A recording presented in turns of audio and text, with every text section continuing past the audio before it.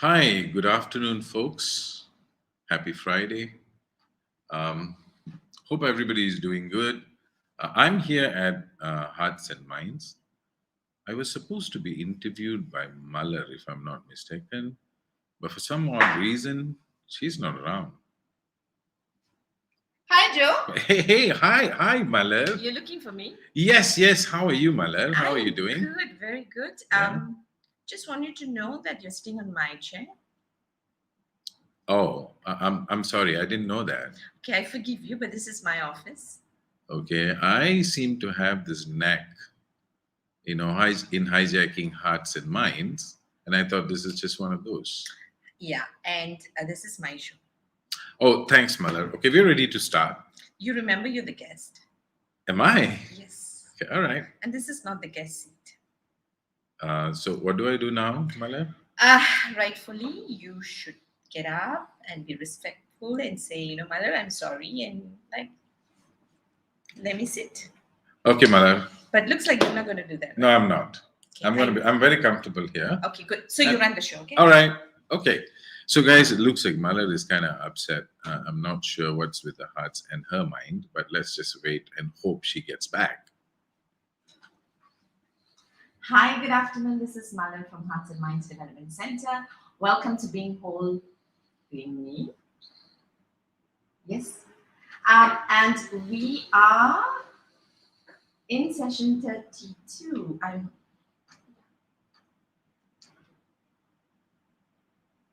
I in? I can't see. All right. So, session 32, Being Home, Being Me. And as you know, as you would have seen, that we are doing Being Brave, and we have Louis Joakim Morais, as you would have seen, how he happily hijacked the office. So let's welcome Louis again and do this properly.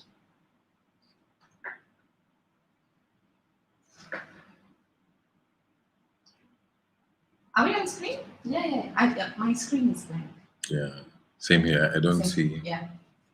Okay, we hope you can see us and hear us. For some reason, my screen is blank. Good afternoon. Hi, Joe. Hi, Malar. Okay. So, Joe, tell me, are you Louis or Joe? Okay, so my full name is Louis Joakim Morais. Now let's make it easy and just call me Joe, and normally known as Joe Morais.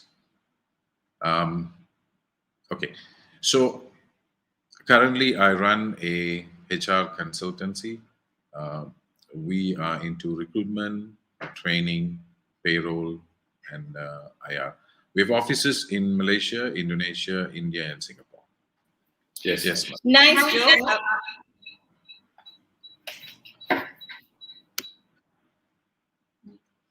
Okay, nice, Joe. Looks like we are having some technical issues. Gerald, I see you on screen. Can you see me and Joe on screen? If you can you please let me know? Otherwise, we are going to see what we can do about it. So Joe, tell us a little bit about your background because where are you from? Oh, okay. I was born in PJ and actually brought up in Kerala in India. So, I mean, yeah, until the age of 7, I was in Malaysia. And at the age of 7, I think my parents had enough of me. So they sent me to India. And that's where the journey started, actually. I started off in a boarding school at the age of 7.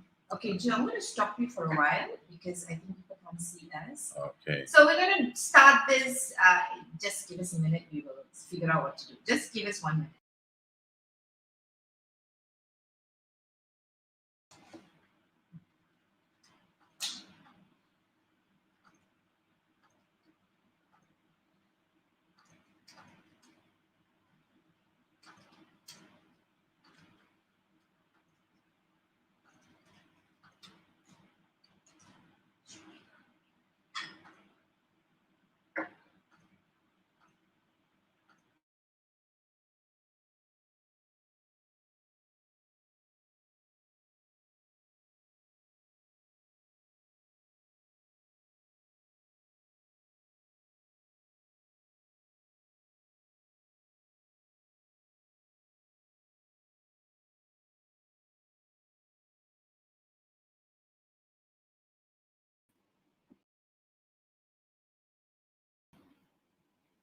Cannot.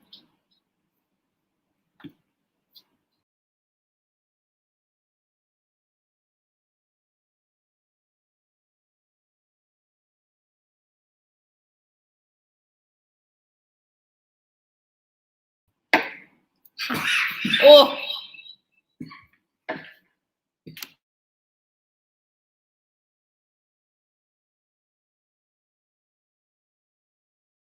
all right. You need to mute.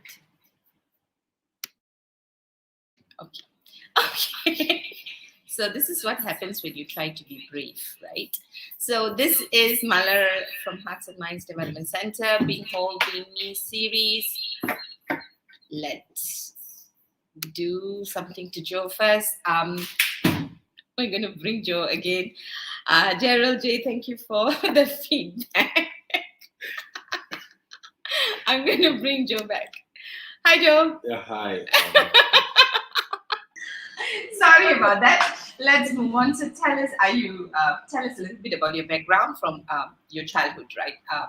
When you said, I think last bit, I'm not sure whether they heard it, is how you are a Malaysian and how you were brought up in India, which is why today I'm wearing the Kerala sari, because you are a Paka Malayali who loves everything about Kerala. Yes. Kerala has another name. It's God's own country. I'm not sure where that part of God is, but they call it God's own country. So I'm just going to quickly go back and say what I've just said. So at the age of 7, I actually was transported to India, Kerala, a beautiful state. I think before I went to Kerala, my 3 sisters were already there, and they were in the same boarding school.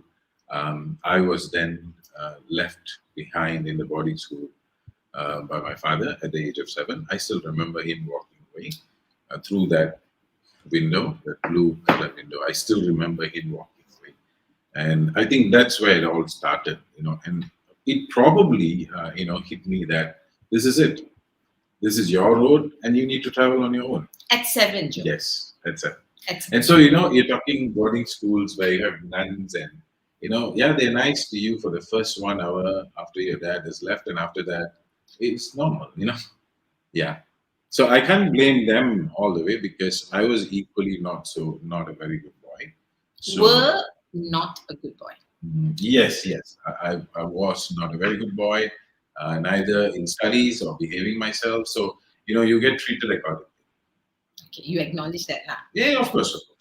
Nice. So that was my primary. Then once you finish, and that primary school was in a convent school, and then we move on to that in India we have middle school and secondary school. So middle school is when you are, maybe 11 or so. That's when I moved to the middle school.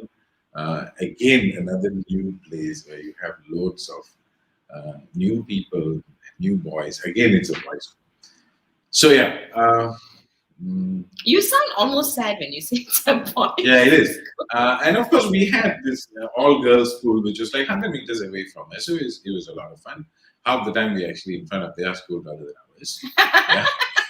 Yeah. So yes. So that was actually the journey, because in line with the topic, I always ask myself, what really braved me to bring me here? The fact is, I was not a very brave person. Most of the time, how I got into this is basically, I did not even know that I was actually taking risks, but I knew that I wanted to get something done. And I had to just go for it. It's literally not seeing what's happening around me. I just need to go make it happen. This is from a very young age. And then one of the example would be when I was just 11 or 12, I remember in our boarding school, I see a lot of these huge guys, senior guys, they are, running around with this red colored big ball and don't know what they're doing. So I just went and joined them, and it was actually a scary thing. Because I didn't know they were actually playing basketball. And one of the priests stopped me and said, "You really don't know how to play this game, no?" I said, "No, I don't. But I want to learn." And that's just how I actually deal with life. It doesn't matter whether I know it or not. I'll go head on. I do make a lot of mistakes along the way. And but the beauty is, even I mean, when I say that, I must say sports actually shaped my life from a very young age. I think you would have seen some of the pictures. But it was sports that took me from, you know, I guess I went into sports because of recognition, because of the high need for recognition. When it came to studies, frankly, Mala, I didn't even know what studies was. So I didn't know how to study. And if you talk to my sisters, they'll tell you because half the time when the report card is out, they are in the headmaster's room more than me because I'm not actually passing anything. Sports was the only thing that gave me the happiness. It's always sports, and hardly at home. Most of the time, in the field playing either basketball, handball, cricket, all of that. So then, yeah. So how actually this led me to who I am? When it came to studies, for some odd reason, I never failed. I really don't know how that happened, but I always, kept going. And then, like our SPM in Malaysia, when I reached the SPM in India, whatever they call it there, um, I barely passed, right? And that's when my father makes a re-entry into my life. I mean, he was working in Malaysia, he retires, and he decides to come back to India. For me, it was very new. Suddenly, there is this man who is telling me what I should do and what I should not do. Things took a very bad turn. Uh, I guess in his mind, when he sent us to India, was to either become a doctor, engineer, or a lawyer. I can imagine if I was a doctor, the population would have been a lot less. And, you know, yeah. So then, I mean, when he saw my results, he couldn't believe that his son was really bad at studies. And this is the next phase of my life, where my father tells me, "Look at you. I don't think I don't think you need to study." And he tells me, "You can go back to Malaysia and you can still get a job to clean the allur." So I don't know what that was because I never learned Malay. And my mother told me, "Yeah, he's telling you that you can actually go back and work as a cleaner." Drain cleaner. Drain cleaner. Okay, drain cleaner. Allur is drain. Yeah, okay. So drain cleaner. All right. So that's probably where it all kind of changed because then I had to. I think my mom came to my aid. She came and said, "No, I think he knows what he's doing. He's going to study." And my dad was not willing to give me any money to study. And she actually took out a wedding ring. 1 minute. Yeah. And she gave it to me and said, "This is it, boy. Go make it happen." So I did that. I think that's when I actually started studying. And then because of my sports, I got scholarships and got into colleges. And I was always, you know, doing very well in sports. But of course, degree, I studied very well. I scored some really good marks. And then, of course, after, because there you are as a student, you're not an Indian citizen. So, you have to come back when the time is up. So after degree, I was doing a lot of nonsense, not really focusing. And I think my dad had enough of me and he said, "Okay, now you can pack your bags and leave, go back to Malaysia." And that's where the Malaysian journey starts. Come back here and I got into education. I was in colleges, I was teaching for a while. For 10 years, I was teaching in various colleges in town. It's from Stanford to Sunway to moonlighting in many colleges. Um, and after 10 years of teaching, I think I got bored because instead of my brains, I think my marker pen was working. So I said, "Okay, enough is enough. I need to move on and do something else." Then I moved into my corporate life. That's when I joined the bank. I was with them for 15 years. I think with banks for almost 18 years. And one fine day I said, "Enough is enough. Now I need to do my own business." And here I am running a human resource consultancy firm. Malar? Nice, Joe. So I want to wrap up your very nice stories. So for those who have just joined us, I'm just going to say hello. I think you might know some of them, and if you share the same sentiments as Joe, being a Malayali, you can say you are one, so that will make Joe very happy today. All right. So, but with that, just saying hello to Gerald, who's been there all the time. Jay, good to see you here. Jay's Hi, here. Jay. Yeah, and okay, we have Deva Murugan who's joined us. Hi, Deva. Yeah, By the way, Deva is my partner in my business. you had to lah. Yes, I Yeah. Poor Deva wanted to be in hiding now, cannot also.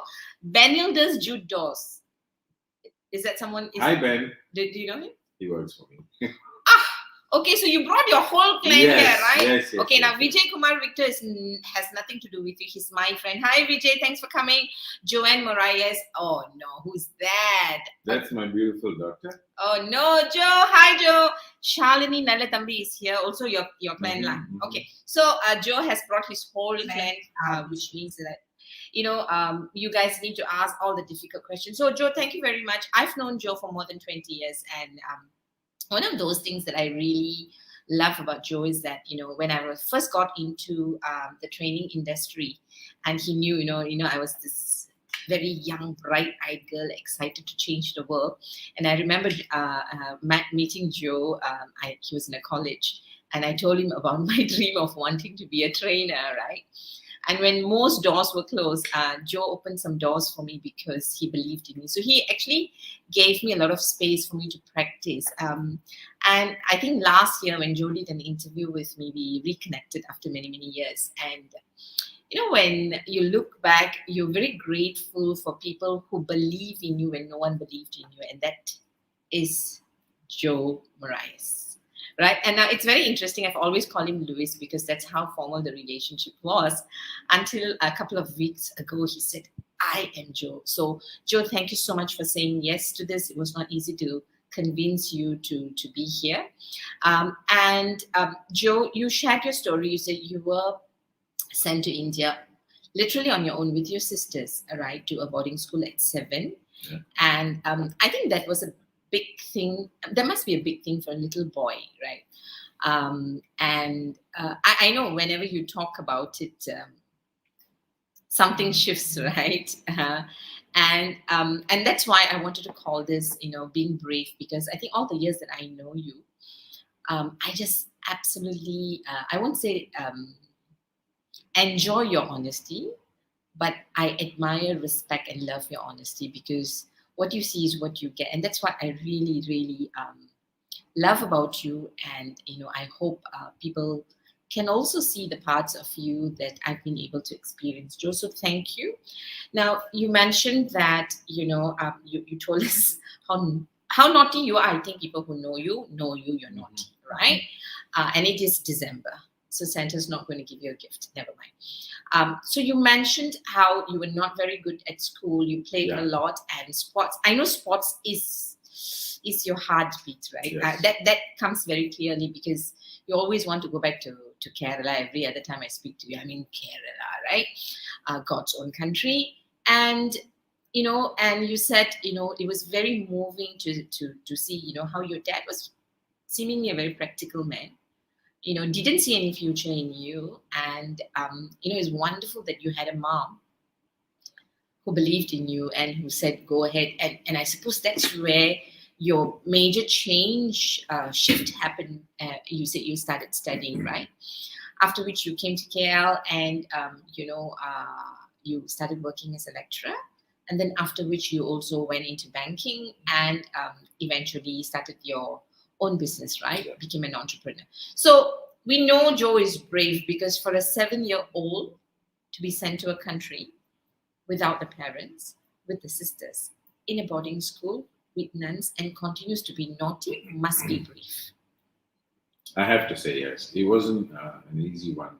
When you actually think of it now, actually, that was a tough one. Yeah. So we know you're brave. We don't need any more evidence of you being brave. But let's talk about your transition in career, right?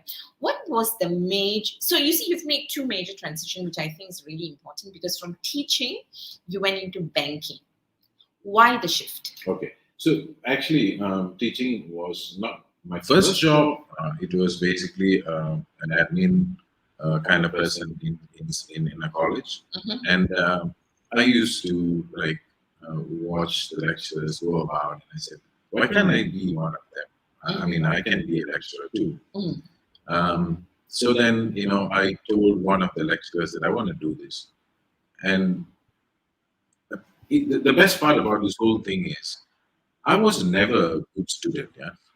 And in my mind and heart, if I was not a good student, how am I going to be a good lecturer, right? That was really a scary thing, very scared. But I still told myself, I'm going to do this, right? I'm going to go and make this happen. So I remember my first interview at Stanford College in Puduraya. So I went to the principal of Stanford College, and I have no formal training of teaching, none, right? And then I go to him and I said, he said, hey, you want to become a lecturer? I said, yes. So he said, can you do a lecture for 2 minutes? I said, lecture on what? He said, yeah, just talk about anything. And I just told my story. And he said, yeah, please start work next Monday.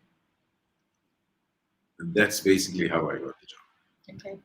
And from there, the first class, I was so prepared. I went and, for the next 1 week, I was reading. I've never studied so much, even in school or college. I worked so hard because that's my first lecture. So I had to deliver really well. So I really focused, and I went to a class, and I still remember it was an A-levels class. I was teaching them business studies. Mm. And I started writing all over the whiteboard. Within 2 minutes, I was wondering whether I'm in the market or in the classroom. Nobody was actually listening to me. Right. So I actually took my marker pen, went straight to my principal's room, and I said, you know what?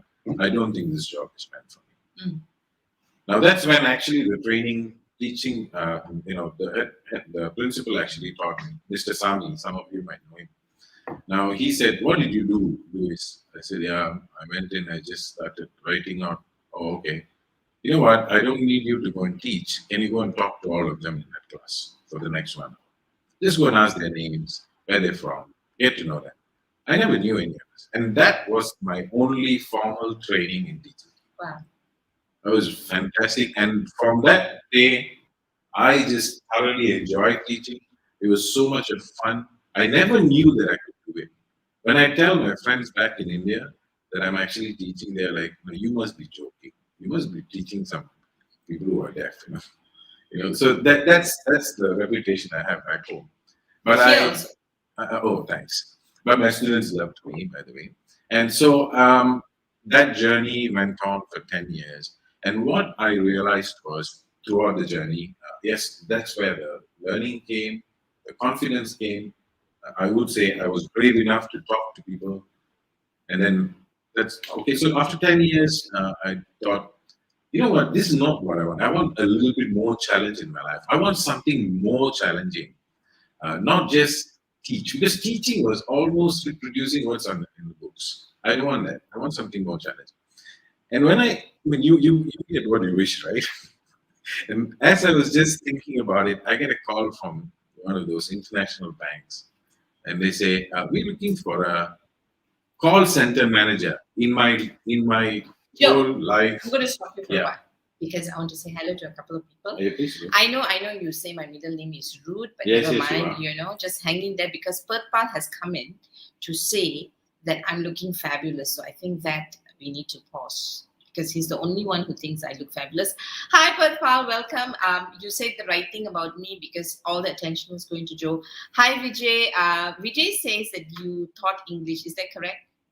Yes, I think so. You see, you're so predictable because he said from all that you said, you could only teach English. No. Okay, but that's not what he said, but he guessed it. Yeah, he said yes. All right. Hi, Nirmala. So, Joe, what I really loved about your teaching story is I like your principal, Mr. Sami. I hope we can find him and then we'll bring him on the show, right? Because I thought what he said is so amazing about getting to know people. Yeah. Because when I see you, when I'm around you, when you're working, or actually even in social context, right? That's what you do. Yeah. You charm people. Right. Yes, you do. Wow. Right? Because you really pay attention to who people are, what is important for them. I mean, I watch you, and that's what I think you're fantastic at doing. And it's quite amazing that Mr. Sami saw that talent in you, or that innate nature of yours, right? Now, what I want to know in your teaching career is this, right? You were not a good student. Correct? Not at all. You were a horrible student to start with. Not even forget about good or bad. You were horrible, right? Horrible, yeah. So you had this horrible attitude towards education, and you became an educator, Yes. right? How did you transition that in the sense that you obviously didn't enjoy studying, which I think is a plus point because you will know why you were not engaged, Mm-hmm. and you probably use that wisdom because you claim that people loved you. I'm going to just trust you with that. So tell me, what is the shift you made, right? Because now you know the kind of students who might be like you, the notorious Joe.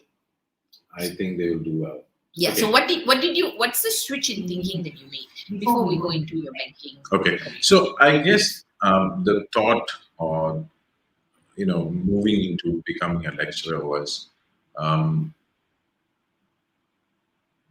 at some point, maybe in my when I was 25, when I was in this college as doing some admin work, and I was watching all these lecturers, and we had some really good lecturers as friends, and I used to listen to them talk about how they are able to impart, number one, knowledge, number two, character, and number three, attitude.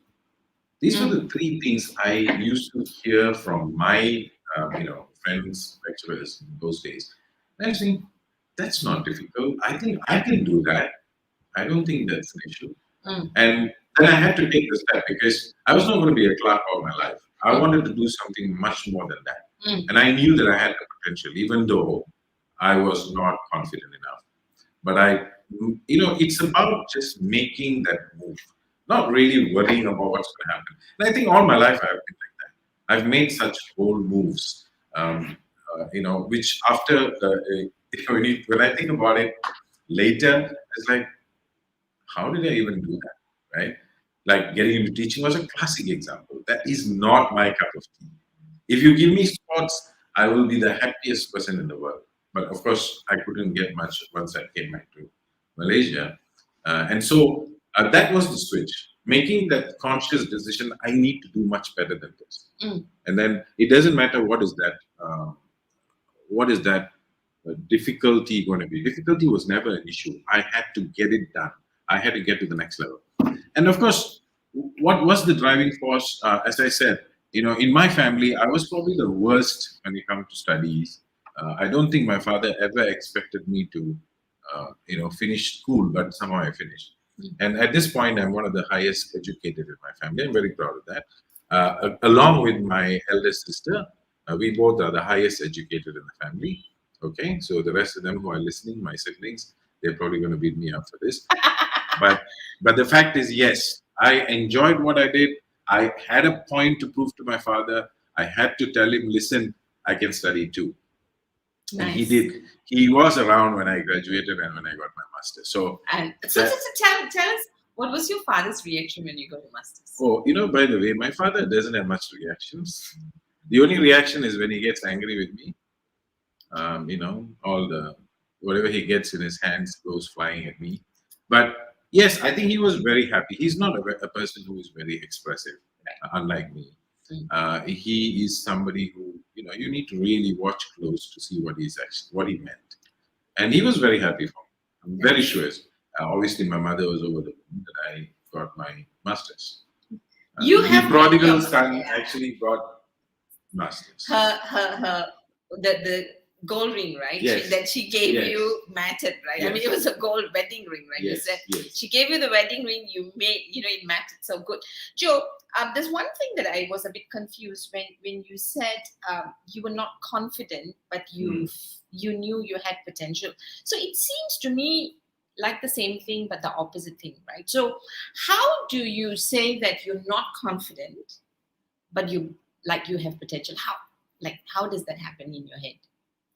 Actually, it's a bit difficult to explain because It sounds very much opposite, right? One part of you is scared that can I actually do this? But the other side is telling you, you know what? I've got to do it. So the need to want to succeed was much more stronger than being scared of a certain situation. And that's why I actually learned that I can take on anything and actually can make it. The teaching job really taught me that it's okay, I can take this on and I can make it happen.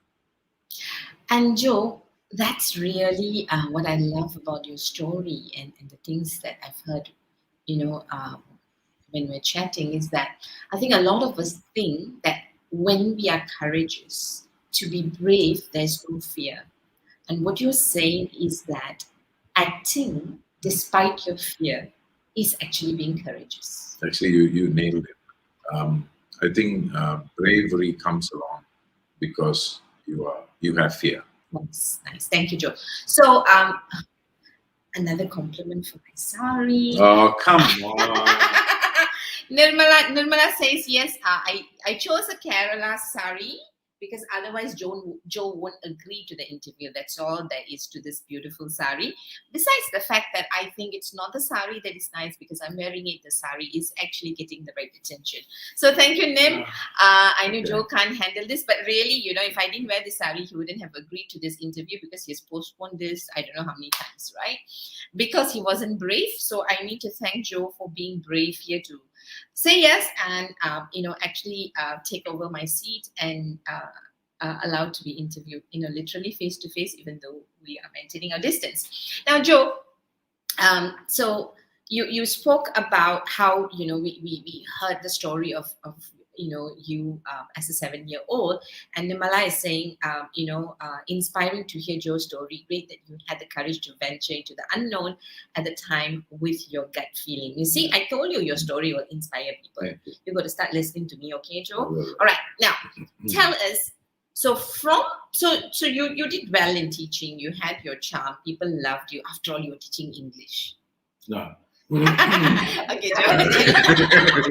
Now, so when the bank called you, being a lecturer and being in a call center, am I right? Yeah.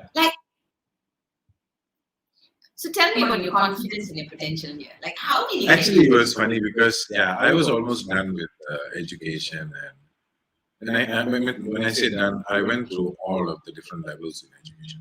Started off just as as a lecturer, and then right up to managing centers in Johor and Muar and regional roles I was doing. And I thought that, okay, I'm done. I need to look at something else. Jojo, can I interrupt you?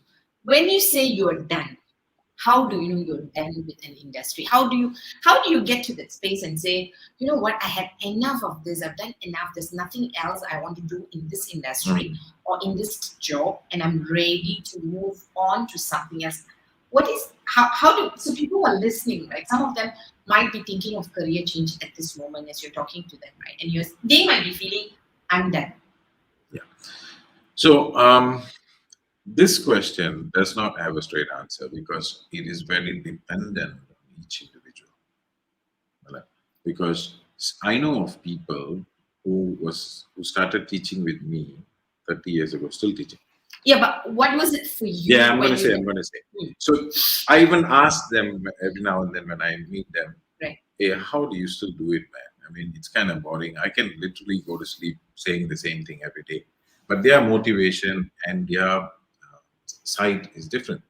Whereas for me, I wanted something different to do and to keep me motivated most of the time. If I'm going to do the same thing continuously for a long time, I feel that my brain is not working anymore. Right. I need to kickstart the brain and have something more exciting. When I say exciting, it has to challenge me and keep me motivated to do that. So that's when can I get into the calls part. So when I was at that point in education where, I've achieved almost all levels in education, heading colleges and heading regions and all that. I said, okay, maybe it's time to do something new. So you But were it was, bored. in a way, yes, because I was kind of bored as well. Then that's when this opportunity comes along. And they are asking me to interview for a call center manager when I've not even seen a call center. I don't even know how it looks like. Yeah. And so I went for an interview for a call center manager's interview. I can't say where. Okay. So yeah. Okay. So this was HSBC, somewhere that I know nothing about banking. I know nothing about call center. The interview was exciting. There was this British lady who was interviewing me, and I noticed that she never asked anything about call center. All she wanted to know is, can I manage people? Mm. And I think she saw that in me. And at that first interview, I went in for a manager's job. She called up her boss and said, I think I found an assistant vice president. I went for a manager's job, but she thought that I will fit into a assistant vice Wow. president's job. It was very funny. And when Wow. she told me assistant vice president, I got scared and I said, it's okay. I'll stick to a manager's job for a start because I've not done a call center job before. And that was the start of my journey in the banking industry. 1 year of pure fun in the call center, learning so many things, which is amazing. It was actually when I walked into the call center, I actually literally got scared because this is this huge space with loads of people sitting inside there. I actually got worried. Mm. What am I getting myself into? Mm. But the journey was amazing. But I only did the call center job for a year and plus. Yeah, that's it. And in that 1 year journey, so many things, beautiful things happen. Where people look at what. Oh, okay. So then I just read. Yeah, I know. Yeah. So I think I saw Mas. Sorry, yeah, Mas. I can name the interviewer. I'm assuming because Mas was also from HSBC. Oh my gosh. So Mas, if you know Joe and if he interviewed you, don't say what a good job he did. Tell something horrible he did to you here, right, Mas? So that I can read out the comments. I'm assuming you know Joe. She's laughing because you were horrible. Okay. Oh no. Okay, nice. Okay, so that's when then and while I was actually in the call center, we had to do a lot of interviews, and I fell in love with interviews. I fell in love with trying to find the right people for the right job, which is what an interview is. We used to do a lot of interviews, and that was really fun. And then as after a year plus, I realized there was a vacancy in the HR department. So you got bored after one. Yeah. So, not to say I got bored.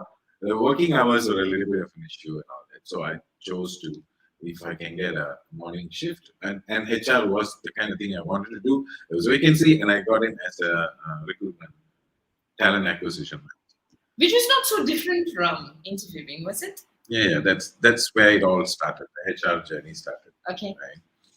So I got into as a talent acquisition manager, and the learning in HR started. I did various roles within the HR department. I was also a HR VP. I was also doing both hiring and firing at the same time. It was very funny and very very thankful for the learning that I had at HSBC. Then onwards, after I was there for 14 years, if not mistaken, the longest serving employer. And then, of course, I moved to a few other banks. I was in Standard Chartered, at Kuwait Finance House. And then finally, I stopped work at a BPO. And then I said, enough is enough. It's time for me to do my own business, Okay. which I always wanted to. Oh, that became loud. Yes, I always wanted to do this. This is something that I always wanted to do. And it was 3 years ago. Then my ex-boss, who was actually listening into this call. Oh. Yes, Deva. And then, Oh, Deva was your ex-boss? Yeah, he was my ex-boss. Oh my gosh. Yeah. Hi, Deva. So he comes along and I say, hey, Joe, let's go for coffee. So we meet up in Taipan Starbucks or Coffee Bean. And we say, hey, what are you doing? What are you doing? Hey, let's start something. That was it. The rest is history. It's been 3 years. We went on a fantastic run. For me, it's the next challenge in my life. Having a really ball of time at this age when it comes to work. Deva has been my very good partner, and as well as somebody who actually leads me to the right path. Because I can be quite wayward in my approach. Can be. Yeah, okay. And this Deva is somebody who puts me in the right track. Nice. And so we're having a good time. Not easy. Business is not easy. I'm sure all those businessmen who are out there will vouch that this is not easy. But, and to add on, COVID came and, kind of disrupted. But I must say that for us, COVID was a kind of a blessing in our business. We were actually very busy, and it continues. Thank God for that. That's my journey. Joe, okay, Deva, you have to write a comment here, like as to like if I were to ask you a question, I'll ask you what's wrong with you, right? But let's coin the question positively. What did you see in Joe? I mean, for a boss to offer this, I think it's quite interesting. They were just to let you know, Joe always speaks very highly of you, and he's saying it again. So it'd be lovely to know what is it that you saw in Joe that made you make that offer, Joe, to Joe. Right. So Joe, let's go back to you. We've got about 10 minutes, right? Wow. Yeah, I know. That's I told fast. you. So I love the way you said, this is what you always wanted to do, right? So loved your journey, from the call center to HR, and what a great interviewer you are, according to Maziana too. She's not saying anything. I'm not sure what she means, but I'll call her later. And obviously you must have done really well to be in HSBC for 14 years, right? They must have really engaged you, right? Now, without going, I wish we can do more stories, but we can't. But, I think there are a lot of people right now, if they're watching now or later, who are making transitions in career by choice because there's no better choice, right? And I think you've transitioned because you've listened to your gut really well, right? So tell us, right, when you were doing so well in your career, at that moment when you were doing well in your career, and when Deva came up to you and said, let's start this, right? How did you know that entrepreneurship was the thing for you? Again, don't give me these vague answers, okay? Tell me, like, what is it? Because you give us vague answers, our listeners are not like, they are feeling like you, they won't know, oh, this is the feeling, I need to look for my own Deva and start a business. We want them to get that. No. Okay. If you're looking for something specific, you come to a point where you've done what you have to do in that specific line of work, and then if you continue to repeat the same and you're happy, that's fine. But if you feel that, hey, you know what, isn't this something that I've been doing for the past 14 years? Is there something that I need to do to keep myself in the game?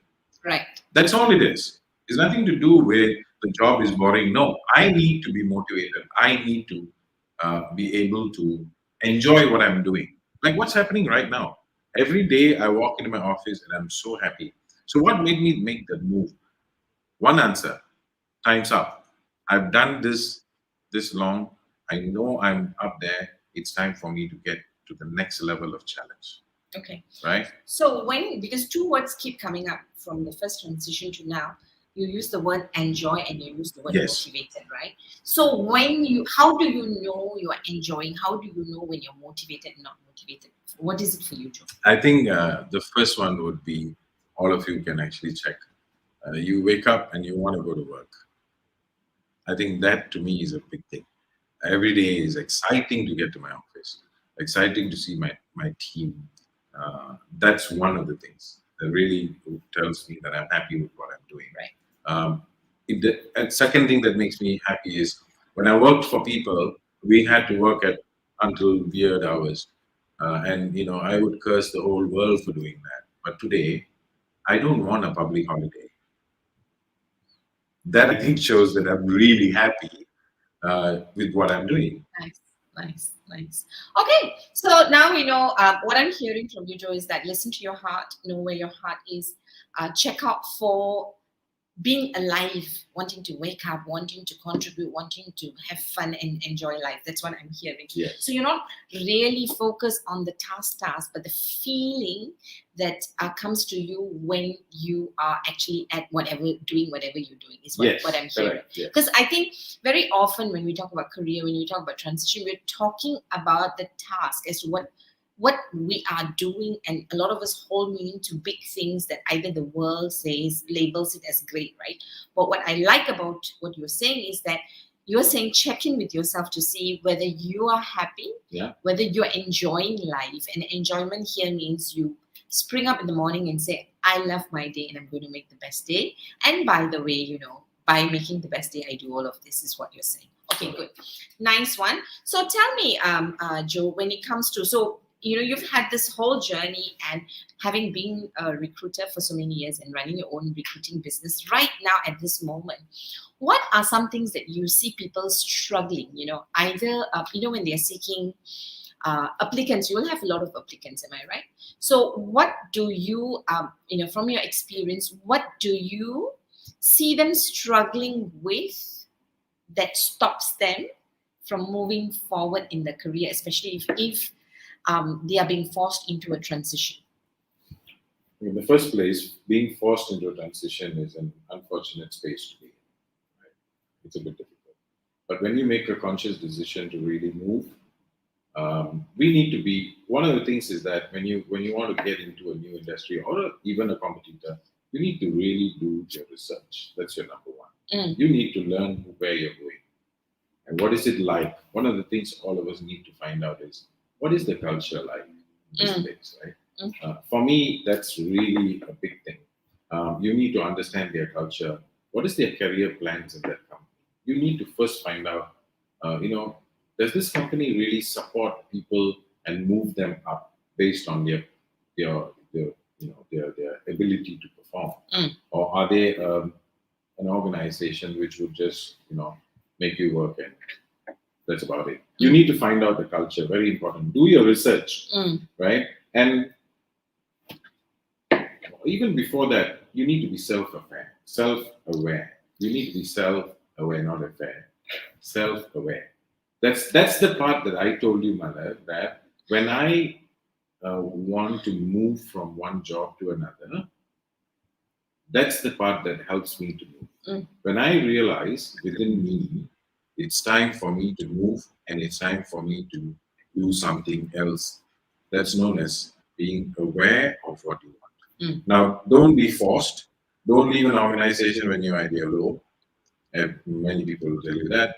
Please Don't leave. Don't leave when you're at a low. Because? I don't think you'll be living happily. And I don't think the organization will be. I mean, you want them to say, hey, that guy should have stayed. So, Joe, sorry, I'm going to interrupt you because this is interesting. There's a lot of people sometimes, maybe not a lot of people, I'm not a recruiter.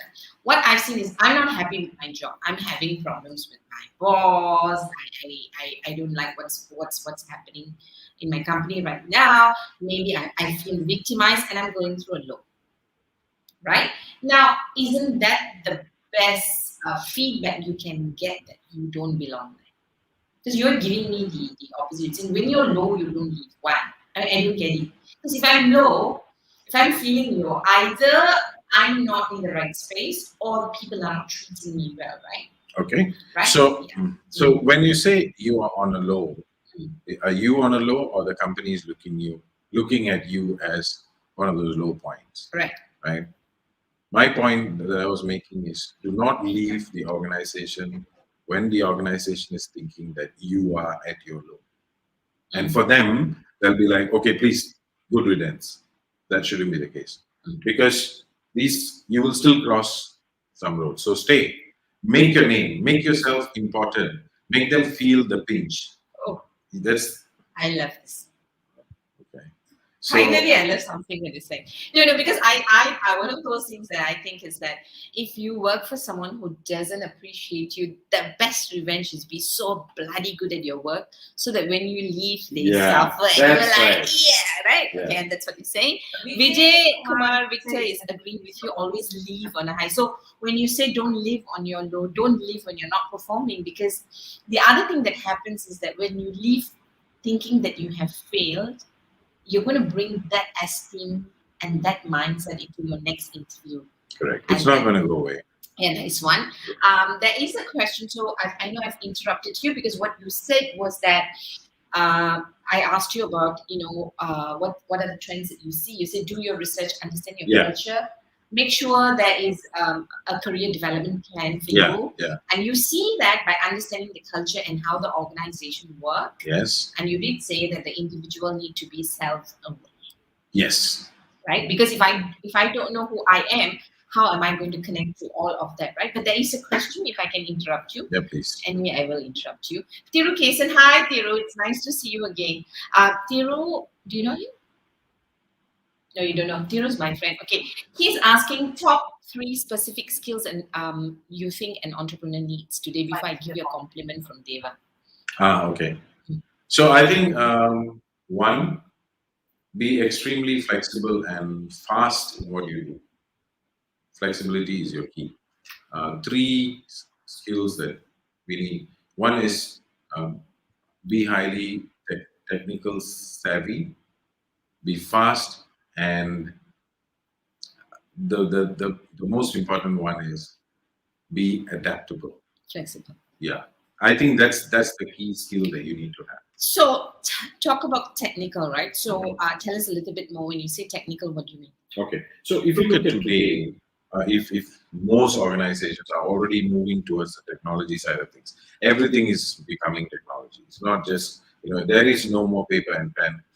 Everything is converted. Everything is fast. The digital is the way forward. Nothing is going to change. It's only going to go forward. Number one. Gig economy. I would say gig economy is growing. Many companies see the value for having contractors and part-timers, and these are some of the trends that you're seeing these days. Companies are actually good for us as well. Outsourcing is happening a lot. For example, payroll. Many companies are saying, why should I employ people? Let me give it to somebody who's a specialist. They do it. So the gig economy is kicking in quite a bit after this COVID. And the third one I would say is, the flexibility of work. Work from home, work from office. I think majority people, they prefer like a mix of office and from home. These are some of the current developments in the industry right now. Okay. So you mentioned, I like what you said as a personal development person, right? Do your research, know the culture, look for career development, right? But the trends I am observing both in employers and employees, because the attrition rates are high, which is good for you as a business, right? People are moving so quickly. People don't stay in their jobs. Average is now 2 years, right? If we are lucky, 5 years is like considered lifetime, right? Do you really think both employers and employees actually really believe in talent? They do. There's no doubt. Employers, see, there is this thing about talent. So, how do you define talent? What is your definition of talent? Now you're asking me Yes, questions. madam, I need to know. Terrible. Then I I can. thought it's my job to ask you questions, but never mind. So I love the idea of something that you're good at naturally and you learn really quickly. And the third thing is when you are talented, you tend to not follow the rules. That means you take shortcuts and you become very good at what you do, like what you did with your teaching. Right. You Okay. used your tongue, you didn't really have to teach. Okay, we'll come. We'll have that in another session. Okay, so you like my definition of Yeah, talent? yeah, that's okay, fine. good. So to me, talent, yes, you need to have a skill, a certain talent. Some of us are born with it. Some of us learn along the way. Okay. Today, if you take the IT people, IT professionals, they have a certain talent that is so much in need. This is my personal view. When we hire people, I think there are three things that we look for. which is in the short form is ASK. S is skills and K is knowledge. But A is the most important one, which is attitude. You can have all the talent in the world and have a stinking attitude, you'll never make it anywhere. Okay, so now tell me, what is the stinking attitude that you have seen as a recruiter that stops people from getting the best option in their career? You know, the best Stops people? stops Yeah. individuals. So if let's say somebody is looking for some kind of a promotion, something, or a new job or want to grow, I'm sorry that I need to say this, but the younger people these days, I'm also young, what's happening is their stickiness is very short. They don't really stick around in an organization too long. They need something happening all the time. They need to get promoted the very next day they join. Right? They need to have a salary increment if possible, every week. Right? So things have actually changed. Now, if you want to move up, and if you want to be successful, you need to remember that you must have knowledge, you must have skills, but if you don't have the right attitude, no talent is going to be a success. So what is the right attitude here? I think, to me, it's not, because it is situational. The attitude that so maybe if you want to generalize it, you can say you need to have a very approachable attitude, an attitude that says, hey, bring it on, I am your man. Just be open for opportunities. Just be open and accepting things.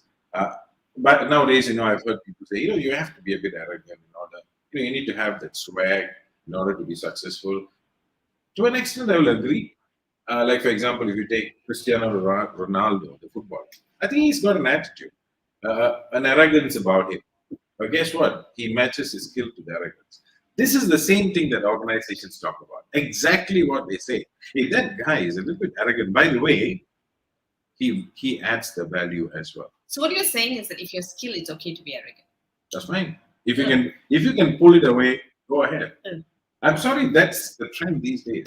Now I'm understanding you a bit better. Yeah, Never thank mind. you. Now I understand the swag that you're talking about. So Joe, Deva says, what I saw in Joe to partner with him, I think the most important was the same thinking of wanting to do something different. After more than 2 decades of working, we had the same mindset to share our experience, serve multiple employers instead of just one, and finally, we both love banana. Correct. Okay, Deva, I got the answer. Thank you so much. So Joe, one last question before we go on to rapid fire. What is the greatest challenge that you experience as a recruiter, both with the employer and with potential candidates? Okay. So with employer, it's very easy. They come up with this JD, job description, and they want the person to look like the job description. That's never going to happen, right? I think employers don't understand the market, what is available in the market, right? There's never 100% fitment. If you get a 70% fitment, you're very lucky, right? So employers need to understand that, and they need to get that. I've got employers who come and say, if they don't even get 95%, I'm not hiring. Then you will be living without that hire. That's basically the challenge. From an employee perspective, I would say most of especially Malaysians, okay? I have actually interviewed a lot of Malaysians, a lot of foreigners. I was lucky enough to interview many of these people. Malaysians are very unique. When it comes to interviews. Sorry, Joe, can I say we are very unique? Yeah. You're Malaysian, right? Yeah. We are very unique, right? In the sense that we don't. If you just notice an interview, they don't talk too much. When you ask a question, they just, we just answer to the question. But whereas the interviewer wants to hear more. But when it comes to work, Malaysians can't pull it off. I've seen such situations. It's just that they are not good at bragging about it. Yeah. Unlike, we're humble. Yeah. Unlike people from the Cape. Other places. Yeah. Okay. No, in fact, when we did a quick research on Malaysian graduates and non-Malaysian graduates, or rather overseas graduates, that's what they found, that overseas graduates, the reason they were a lot more employable, number one, and they were paid higher salaries is because of the way they carried themselves. But on the job, the local graduates did better. But for them, the problem is getting to the job and learning how to articulate their thoughts and their ideas really well was what was stopping them. So they have a slow start, Yes. but then they do well, very well after that. So thanks for that. So employers, if you're listening, Joe says that you guys are unreasonable, so you don't want to use his services because he thinks you're unreasonable. Or if he makes sense, then maybe you want to connect with him. Either way, I don't know how it's going to go. He's not paying me for any marketing, so it doesn't matter to me. And for the candidates, it's really about being open, because being open and staying true to yourself, staying connected, being aware, and really looking at long-term potential of one's career, especially when you're young, right? So Vijay Kumar says short-term, mid-term, long-term goals, perhaps a sabbatical in between as well.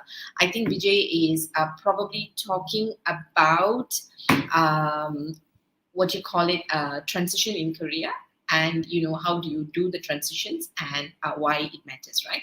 Joe, I before I get into rapid fire, right, we saw your videos, right? Yes. And all the videos was about you and your friends. Okay, and you're the only speaker who made it very difficult for me and insisted I put your family photo there. Yes. Actually, tell me what's your problem.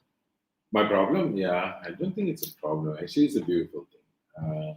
If you've seen the poster, it's my children. I have 4 wonderful kids. Joanne, my eldest one, Jordan, my second boy, Jovita, my third one, and Josette, my fourth one. The very reason that I'm still around is because of that. Any questions, Mala? They are all unique in their own way. Joanne is an amazing, hardworking girl. She really works very, very hard. Sometimes I feel sad the way she works. She's studying and working at the same time. Jordan is a kind of a swag. He does his thing. He's also with an international firm. Jovita is amazing because she's a entrepreneur as well as a student. She's studying and she's also doing a little business. Just simply admire that girl, the strength that she has to do that. And last but not least, the naughtiest of all, which is Josette. She keeps all of us on our toes, and she does whatever she wants. Nice. They all sound Very like much you. like the father. They all sound like you, Joe. Yeah. Very nice. So yeah, because I it was very interesting because you insisted that I put on Yes. Your kids' photo, and you always talk about them. So all the Joes, if you're listening to the Big Joe, thank you very much, because you're keeping your dad where he should be, on his toes, which is fantastic. Keep doing it, and try to up the game a little bit so that your father stays there. So Joe, thank you very much. Jay says, great sharing, Joe, insightful, can relate with your sports shade. Wow. You need to have coffee with Jay to find out All more. right, Jay. The 2 people you need to have coffee who are like you, who are crazy about sports, and I don't know why they befriend me, is Jay and Gerald.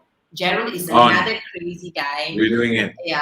Maziana says, thanks, Joe. I don't know for what. Maybe you made the interview very difficult for her. So, Joe, as I thank you, we're going to go into rapid fire. Are you ready, Joe? Oh God, I've never done this before, but I'll give it a shot. You're always rapid, so chill. Okay. So, our program is known as Being Whole, Being Me, right? Okay. Are you ready? You need to finish this sentence, yeah? Being whole as a father when my kids were younger. Being whole as a father when my kids were younger. Finish the sentence. Was enjoyable. Being whole as a father with my kids now. Cannot use enjoyable, okay? No. Is super challenging. No. Fun.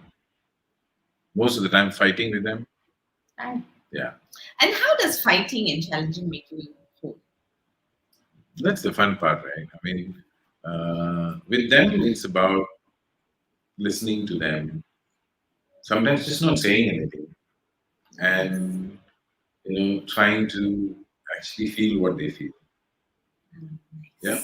Nice. Your greatest regret. That I'm still not in sports. That is my biggest regret. One thing you would change from the past. If you could, if you would. Is it something you can share? I mean, one thing that I could, okay, the one thing that I could have changed from my past was, I could have stuck to what I wanted in my life, which was sports. I just let it go and then I moved on. That's the part that I really regret. Given a chance, I would have been in sports all my life, whether in the capacity of a coach, a manager, whatever. So that's my yeah. One thing that your kids don't know about you. And you have to speak the truth. I'm assuming all of them must be watching. Doesn't matter. We can replay it for them. One thing your kids don't know about you. Actually, they know everything about me. Children, help me here. Well, if they help you, that means they know lah. Yeah, Something that you think they don't know about you. That I'm a really good singer? Very good. No. No, we're not doing that. We're not doing that. Yeah. No. You are a good singer, so are you going to sing us a line? No, I'm not. No. No. One Malayalam song? No. No. I'm One sorry. Tamil song? No, sorry. One Christmas carol? No, I mean, yeah. You're terrible. I regret having you on my show. Thank But never you. mind. Last question, Joe. So I asked you one thing that one thing that you do. If there's one thing anyone who has an opportunity to get to know you that they would remember, what I call the Joe factor. Like Joe means this, right? What would that be? One thing that you think you leave, the footprint that you leave in people's heart who really get to know you. Because I know first impression can be quite challenging with you from my experience, right? But that one thing that people remember. That I would make them smile when they leave. They will remember that. Yeah. That's it. Thank you, Joe. Thank you very Thank you. much. Before you say goodbye, is there anything else you want to leave the people with? Yeah. And thank you everyone for actually listening to us, to my story. I must thank Malar because she literally held me here and said, "You are doing this," and that's it. I'm not joking. That's what happened because I was supposed to fly off to India on the 2nd. For some odd reason, the visa didn't work out, and then she's like, "Yeah, now you have no excuse. You're doing it," and that was it. Yeah. Thanks, Malar, and thanks everyone else, and thanks to my team who is. I think they're still there. Hopefully they're there. I'm not sure. You'll find out. Yeah, they're always there for me. Thank you. Nice one. Thank you, Joe. And last but not least, I would like to thank Miss Kirtana, who actually makes all of this happen from the back. She doesn't come into the front, but she takes care of everything here. And I was amazed how she can actually. Thank you so much, Kirtana. All right. Okay, now don't try and take over Hearts and Minds for real. Gerald says, wonderful sharing. Joe, have a wonderful weekend, everybody. Okay, this is the most important thing. Malar, as always, wonderful session. And looking great in a Kerala sari. Thank you, Gerald. I'm glad you recognize it. Anyway, he's a Malayali too, so definitely he'll like my sari. Right. So with everybody, thank you for joining us in Being Ho, Being Me series 32. We've been talking to Joe Morais, Louis Joakim Morais, and he's been sharing with what does it mean to be brave. Before I leave you, I want to leave you with a real story that really happened. A couple of days ago when Joe visited us, my colleague broke down because he reminded her of her dad, whom she had just lost. And it was an awkward moment for all of us. And the Joe factor was, Joe called me after that and said, Malar, how is Kirtana? and please tell her I am like her father, and let me know what I can do to support her. And he did go up to Kirtana and say, if there's anything I can do for you, you can do for me. And that's the Joe factor. With that, in the spirit of Christmas, it's December. Joe, thank you very much. I want to really thank you for the friendship. And to everybody else, go and spread loving kindness act between now and next week. And I will see you next week with another great guest. With that, signing off, this is Malan from Hearts and Minds Development Center. Merry Christmas.